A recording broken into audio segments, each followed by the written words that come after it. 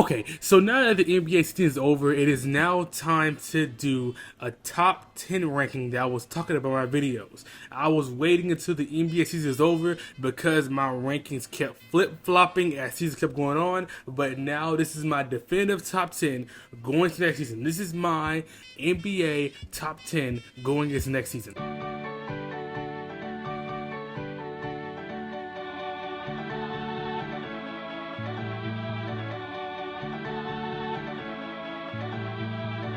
Hey, hey, hey, hey, 2021, I've been a little lazy. 2022, I'm popping out crazy. Joy to the world, joy to the fam. We cook up on Christmas, we going ham. We don't need no Santa, we worship the Lamb. The earth is the Lord, we taking the land. Joy to the world, Jesus was born. He died on the cross, the veil was torn. He rose from the grave, he settled the score. Call on his name, he got blessings. Okay, so first let's start with the best player in the NBA. I'm gonna go 1 to 10. First, let's start with Nikola Jokic. In my opinion, Nikola Jokic is the best player in the NBA. In the regular season, he averaged 24.5 points, 9.8 assists, 11.8 rebounds on the 63, 38, 82 splits on 70% true shooting. In the playoffs, he averaged 30 points, 9.8 assists, 13.5 rebounds on the 64, 46, 79 splits on 63% true shooting. Now, I'm reading off the stats because I want y'all to see the stats I've seen this season in playoffs as well, but it's not the stats that show why Jokic is the best player in the NBA. Jokic was already top 3 contention for the past 2 seasons as he's won back-to-back MVPs, and in my opinion, he was close to winning MVP, but I'm not mad that Joel Embiid got it. We'll get to that later. So Jokic is the best player in the NBA because of his playmaking ability and his scoring ability. Now, the knock on Jokic is his defensive ability, as people knock his defensive ability and they don't use his offense to show how good he is, which I don't understand, because a player is not perfect. Just because a player is not good on defense, don't knock his other attributes that don't contribute to other things. Jokic's playmaking ability has gravity. When you watch the Heat series, the Sun series, or the Lakers series when they swept them, they was trying to stop Jokic's playmaking ability and allow him to score. Then when they try to stop Jokic's scoring ability and allow him to playmake. So you have to try to tackle Jokic in a way that stops both his best attributes to a team, and no team has really been able to really tackle that yet. So it's hard to really stop Jokic on those two things. But also, Jokic is very efficient with his shots. He's not a shot chucker. He doesn't just shoot shots. He knows how to get to the spot he wants to get, and he has a touch around the rim that is like no other. So Jokic is the best player in the NBA because of his playmaking, which I believe he's the best playmaker center of all time. He is also the best playmaker in the NBA right now. If you want to say Curry, okay, but I think it's the playmaker in the NBA. He's also an amazing scorer, and he's an amazing rebounder. Those 3 attributes contribute to him being the best player in the NBA because he performed better than most people in the playoffs, and he also helped his team win the first championship in playoff history. Now, the second player on the list, number 2, is Giannis Antetokounmpo. Now, there's a couple reasons why I have Giannis, but let me read off the stats. Giannis in the regular season averaged 31.1 points, 5.7 assists, 11.8 rebounds on 55% for the field goal on 60% true shooting. In the playoffs, he didn't play that many games. He averaged 23.3 points, 11.0 rebounds, 5.3 assists on 52% field goal percentage. Now, the reason why Giannis has fell off from being the best player in the NBA is because his defensive ability has really taken a toll on him. As Giannis was arguably the best defender in the NBA since the bubble, and also from the bubble up until last season.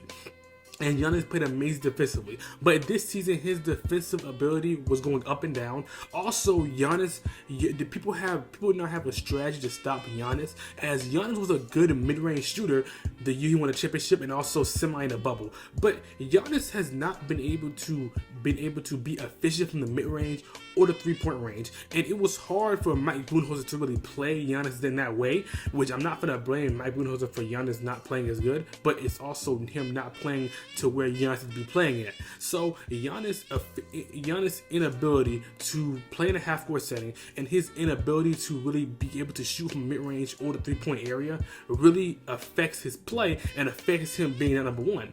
But also, what pushed Giannis over Jokic for me, because Jokic has the playmaking ability to counteract his defense. So even though Jokic is not, I don't think Jokic is that bad of a defender, but since Jokic is not the number of defender that Giannis is or Embiid, his playmaking really puts him up there. The thing about Giannis is Giannis' offensive ability is good, yes, but it's not that good as he should be. He has a very limited moveset, and then also his defense, but his defense is what pushed him over the edge because he played elite level defense and he was arguably the best defense player in the NBA. But now that Giannis' defense has really taken a step down and he's not really playing to the defense he used to play at, it's really hard for me to rank him over a player who's playing such amazing offense and also not that bad of a defense when somebody's playing a limited offense and also his defense taking a step down as well. So I believe Giannis can be the best player in the NBA because the best player in the NBA isn't just a set standard like it was when LeBron was. It's a really standard that we switched up every single season, every single year. So I believe Giannis can be the best player in the NBA, but he has to get his defensive step up the way he was the years before, and also need to have an efficient mid-range because when he won the championship that year, his mid-range was efficient. It was at least a respectable shot, but Giannis' mid-range is not respectable, and it's just not is. So with those two things limiting Giannis cannot be the best player in the NBA right now. Okay, so number 3 on my list I have Stephen Curry. Stephen Curry in the regular season averaged 29.4 points, 6.3 assists, 6.1 rebounds on 49, 42, 91 split, so 65% true shooting. Stephen Curry in the playoffs averaged 30.5 points, 6.1 assists, 5.2 rebounds on 46, 36, 84 splits on 58% true shooting. Now, the reason why Steph Curry is number 3 and not 2 or 1 is because Stephen Curry, one, he was limited by injuries this season. Steph Curry got injured, I'm pretty sure, twice this season, and it had the Warriors down a seed to 6 seed, which isn't his fault, but it's part of you being a top talent as injuries matter. So Steph Curry got injured, which really hindered his season because Steph Curry was having an efficient, historic season in the restricted area, 3-point range like always, also a mid-range area. Now, the reason why Steph Curry isn't 2 or 1 is because I believe that Giannis and Jokic do have an ability at an elite level higher than Stephen Curry, which I'm going to explain. I'm going to elaborate on. Jokic, I believe, is a generational playmaker and also an elite scorer. Giannis, I believe, has the generational defense that he didn't just use this season, but also Giannis is able to be unstoppable around the rim. Now, yes, I believe that Steph Curry is an unstoppable, is an amazing player. That's why he's number 3. He knows how to get to the spot. He's a better playmaker than what he was. He's also a 53-point range and knows how to get to his spot to shoot a certain clip. But Stephen Curry, he's not a bad defender. He's an average defender. He's a great playmaker and also elite scorer. But Jokic and Giannis just has certain abilities that are generational that Steph Curry just doesn't fit those categories. That's the best way I can explain it. Because when you're top 3, you have to nitpick certain areas. So those are just things that I believe. But I believe that Steph Curry can still be the best player in the NBA. He was at the beginning of the season. It was between him and Kevin Durant. Steph Curry had an efficient season, but Steph Curry got injured, and it was some things that limited Steph Curry to being the best player in the NBA. But I still believe that Steph Curry can get to that area again as next season, even though next season his team isn't that good. Hopefully they make some moves as the offseason go on. But there's a video going to be coming out about what the Warriors do to help Steph Curry. But right now, Steph Curry is number 3 in the league, and that's not that bad of an area. Number 4 on my list, I have Luka Doncic. Now, Luka Doncic, I'm going to say his regular season stats was 32.4 points, 8 assists, 8.6 rebounds on 49, 34, 74 split, 6% true shooting. Now, as we know, Luka didn't make the playoffs, so I'm going to elaborate on why I have him over certain players. Now, I believe Luka is an amazing playmaker, amazing scorer, and amazing rebounder. Luka is in an area where he is just good at everything, but he lacks in certain areas. The reason why Luka isn't top 3 is because his off-ball movement and also him playing defense and him without the ball. Now, Luka, the reason why he didn't make the playoffs isn't his fault, as other factors hinder him not making the playoffs, as his defense got traded in the middle of the season and he had to adapt to it while also coming back from an injury, and also his best player who they traded for was also being injured. So him not making the playoffs made sense. I'm not mad at him not making the playoffs. That doesn't hinder my ranking for him because I understand that outside factors can contribute to you not making the playoffs, so that's why I'm not mad at him for doing that.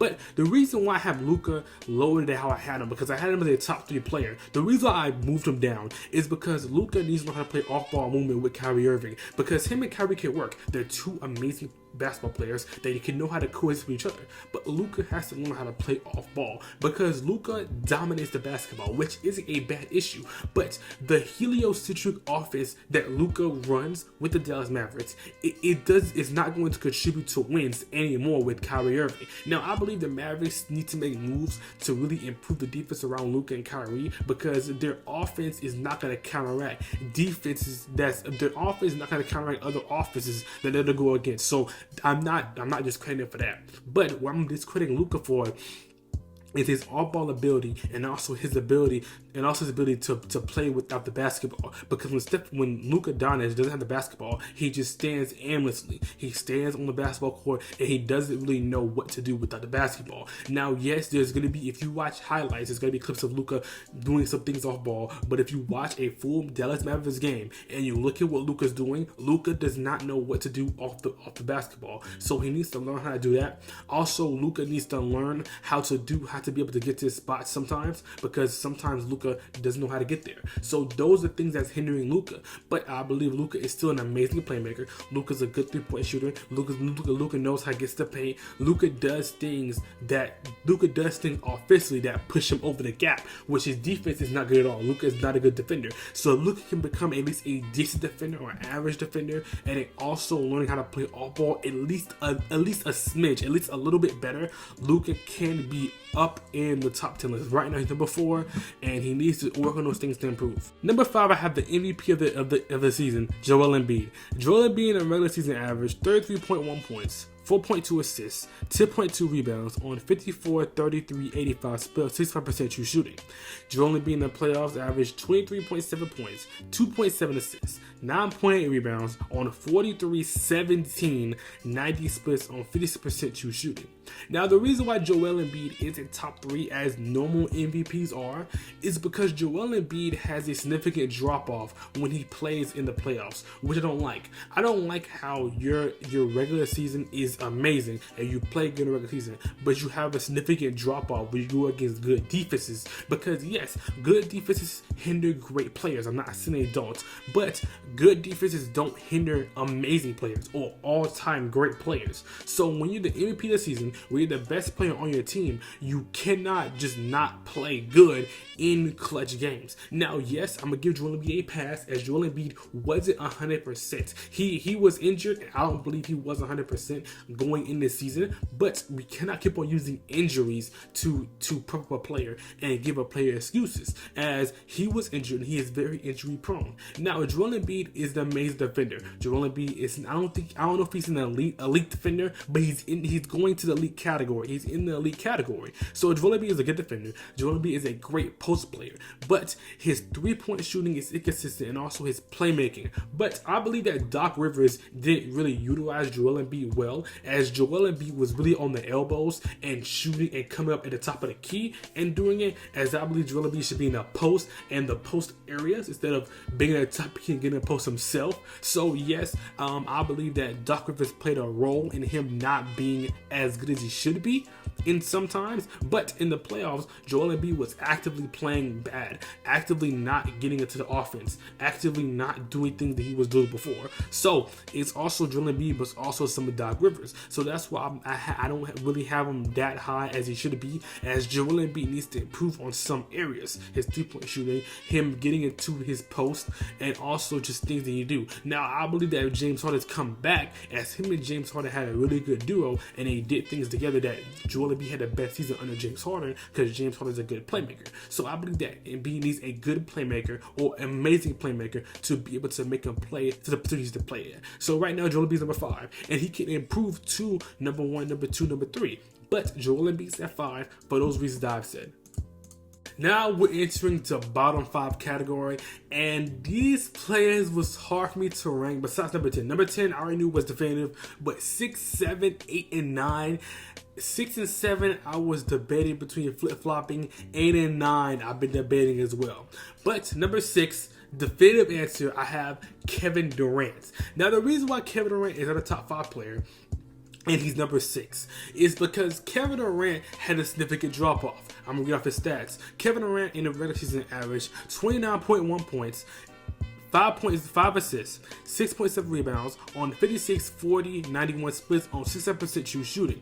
Kevin Durant in the playoffs averaged 29 points, 5.5 assists, 8.7 rebounds on 47, 33, 91 splits on 59% true shooting.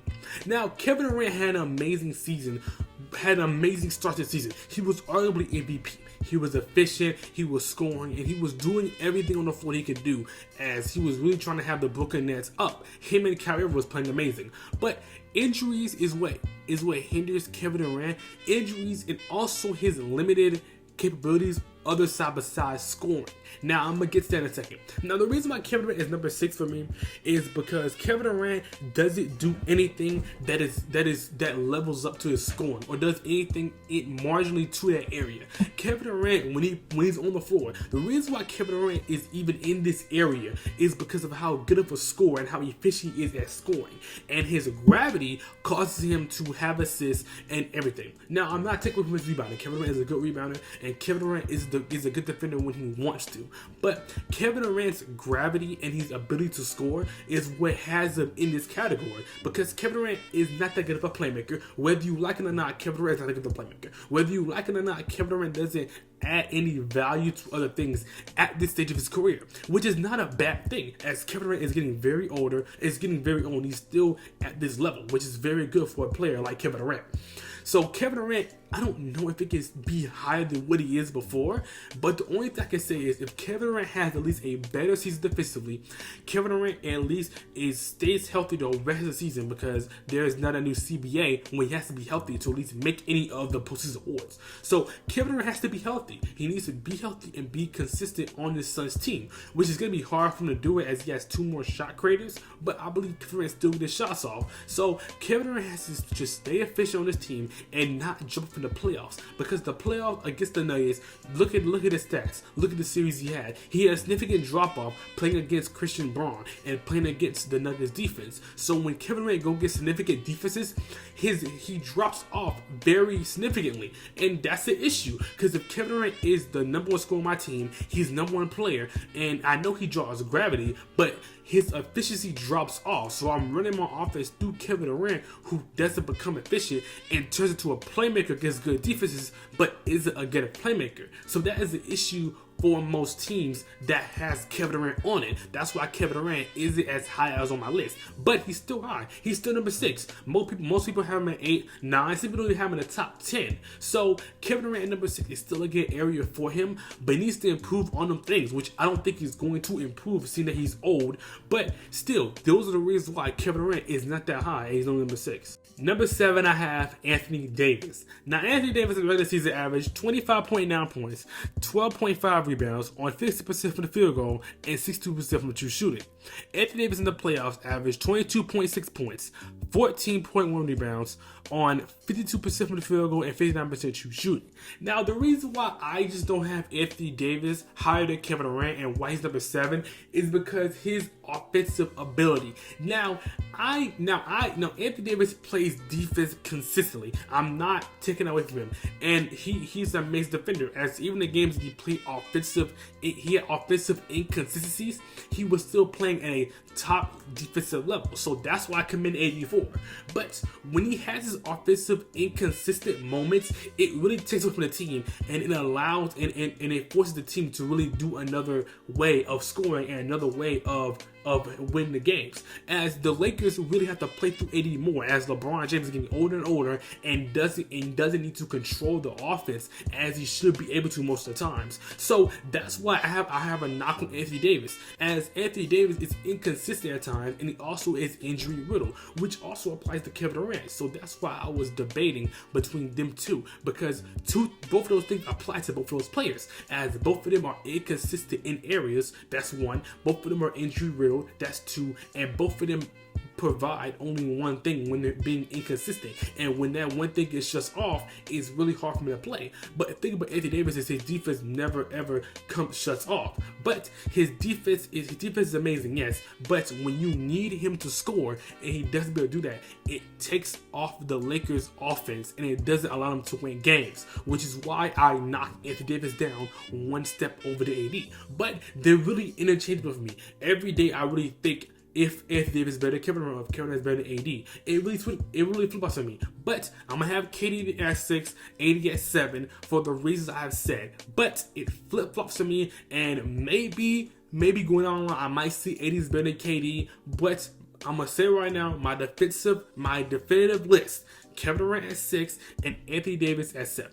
At number 8, I have Jason Tatum. Now, Tatum in the regular season averaged 30.1 points, 4.6 assists, 8.8 rebounds on 46, 35, 85 splits on 60% from true shooting. Jason Tatum in the playoffs averaged 27.2 points, 5.3 assists, 10.5 rebounds on 45, 32, 87 splits on 58% true shooting. Now, the reason why I have Tatum at 8 and not higher than people have him, some people have him in the top 5 area, which I don't believe he's at. Some people have him in the top 3 area, which I don't believe he's at. And Tatum is not in that area because of inconsistencies. But the thing about those players is when the players I mentioned before him become inconsistent, they have a form of area to really help him out. Tatum doesn't. One thing about Tatum is a good he has the potential to be an elite defender, but his defense really slacks off. That's one. Tatum has the potential to be a good playmaker, but he's not that good of a playmaker. Tatum has the potential to be a good scorer, which he is. But when Tatum becomes inconsistent, he tries to shoot out of it. Tatum doesn't know how to really get to his spots and how to really be able to use his body to drive, which is a problem I have with Tatum. Because Tatum forces shots, Tatum forces three-pointers, and Tatum forces mid-ranges when you can easily drive to the paint. Now, the thing that I like about Tatum this playoffs is Tatum was driving and being more aggressive this playoffs more than I've seen it before, which is good. I like that about Tatum. But Tatum at the beginning of the season was arguably the MVP because the Celtics had the best record in the NBA. He was playing at an elite defensive level, a good playmaking level, and an elite offensive scoring level. But the reason why he fell off such a cliff is because his defense slacked down because he wasn't that good of a defender, which I didn't think Tatum would keep that level of defensive stability, and I knew he didn't because Tatum has the ability to be an elite defender. Tatum is not a bad defender, I'm not saying he's not, but Tatum's ability to defend slacks off. Tatum is not that good of a playmaker, and when you need playmaker on your team, when you're the best one on the team, you need to be an average playmaker. And when you can't playmake, and when you have to have a primary ball handler to play make for you, you have to have a primary ball handler to be able to get to your spot. It's not an issue when to still be the best player on the team and still be a top 10 player. That's not an issue. But to be a top 3 player or a top 5 player or an MVP category, you have to be able to at least create your own shot to a certain extent. But when Tatum needs other players to do that, and when Tatum becomes inconsistent and relies on other players, that really takes his stock down. As Tatum is not that good of a leader, Tatum is also not that good of a shooter when he needs to be, and also doesn't know how to drive to the paint. That's the problems I have with Tatum. Tatum just has mistakes. He just has growing mistakes. I believe Tatum can grow in those areas. I believe eventually Tatum will learn how to use his body more and get to the paint and know how to drive instead of shooting his way out of slumps. I believe that Tatum can do it. I'm not knocking Tatum and criticizing him. I'm criticizing for him to improve. That's what I'm saying about Tatum. So I still believe Tatum can be in the top 5 category. I don't think Tatum can I think Tatum can be in the area, but he has to improve in those areas as other players ahead of him have those areas and they have different issues, but those issues aren't as bad as Tatum issues. Number 9, I have Jimmy Butler. Now, the people I was debating between was Tatum and Butler. As Tatum and Butler, I flip-flopped them so many times making this list because there are certain things I like about Butler that Tatum doesn't do, but there's certain things I like about Tatum that Butler doesn't do. Now, the inconsistencies come in both areas. I believe Tatum is more inconsistent than Butler, but the reason why Butler is because Butler has significant drop-off in the NBA Finals. First, I'm with his stats. Jimmy Butler in the regular season averaged 22.9 points, 5.3 assists, 5.9 rebounds on 53, 35, 85 splits on 64% true shooting. Jimmy Butler in the playoffs averaged 26.9 points, 5.9 assists, 6.5 rebounds on 46, 35, 80 splits on 50% true shooting. Now, the reason why I had Jimmy Butler lower than Tatum is because Jimmy Butler, up until they was up 3-1 against Celtics, played an amazing playoffs. I was going to have Tatum, I was going to have Butler at 7 or 8. Depending how the rest of the playoffs run ran. And the rest of the playoff run, he didn't play as good as he should have been able to play. Now, the positive about Jimmy Butler is Jimmy Butler knows how to get to his spot in the restricted area. He knows how to do pull up. He knows how to get to his spot in the mid range area. He knows his shot. He's not that bad of a 3-point shooter, and he also plays with heart integrity. He knows how to get in the restricted area. He knows how to bully his opponent, and he knows how to get to the area he wants to get at, which I commend Butler for that. Butler is an amazing perimeter defender, but what I saw in the Celtics series and the Nuggets series really made me look at him differently, because when it was up 3-1, after it was up 3-1, the Heat was able to have the Celtics come back in the Game 7. Now in Game 6, Butler played amazing at the end. If it was for that Derrick White game winner, they would have won these games. But Jimmy Butler just played inconsistent. He wasn't able to hit the shots he was hitting at the beginning of the season, at the beginning of the playoff run. He just wasn't able to he wasn't really being aggressive in the Jimmy Butler I know and love, which made me what I saw this season, which made me make him fall down a spot, which because I just didn't like him not being aggressive in the finals, in the last few games of the Eastern Conference Finals. Those games he wasn't playing to the level that I played at, that he's playing, not I. And I have always noticed about Jimmy Butler, but his ability this playoffs, I thought he was able to step over that hurdle and not be inconsistent in clutch games, but he was, and I just expected Jimmy Butler to do more things that he should have been able to doing, which is on me. So Jimmy Butler just is above Tatum for right now, but it's really interchangeable for me. I can see the argument for Butler. I can see the argument for Tatum. So it's really interchangeable, but my definitive one is going to be Tatum at 8 and then Butler at 9. And number 10, I have LeBron James. Now, before I get into my reasons why I'm ready for his stats. LeBron James in the regular season averaged 28.9 points, 6.8 assists, 8.3 rebounds on 50, 32, 76 splits on 58% true shooting.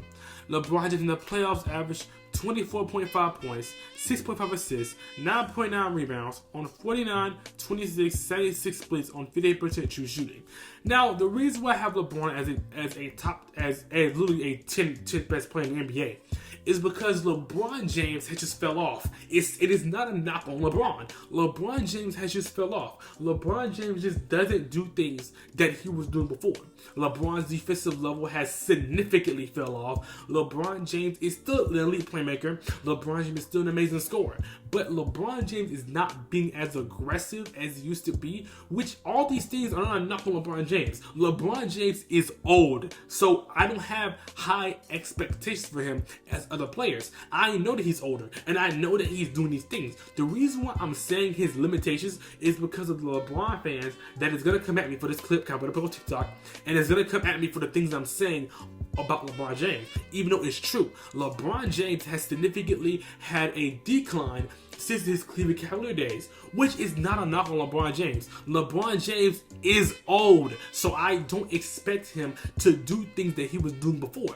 But LeBron James number 10 because one, LeBron James is slower. He's slower. He's slow-footed. LeBron James is not that good of a defender as he used to be. LeBron James is still an amazing playmaker. LeBron James still draws gravity. LeBron James is still a good driver. LeBron James still knows how to get to the rim. But he's not a good 3-point shooter. He's not a good 3-point shooter. In the playoffs, I would be shocked if he made a 3-pointer. That's how bad of a 3-point shooter he was in the playoffs. He just isn't the same player as he was before, which is not knock on LeBron James. I'm not mad at LeBron for being number 10. I'm actually commend LeBron for being this old and still being in the top 10 category. But there's a player that's not in this area that I'm going to talk about a little bit. And then now, the player that's missing from this list is Kawhi Leonard. Now, Kawhi Leonard is not in this top 10 category because he is just too injury riddled. I cannot keep on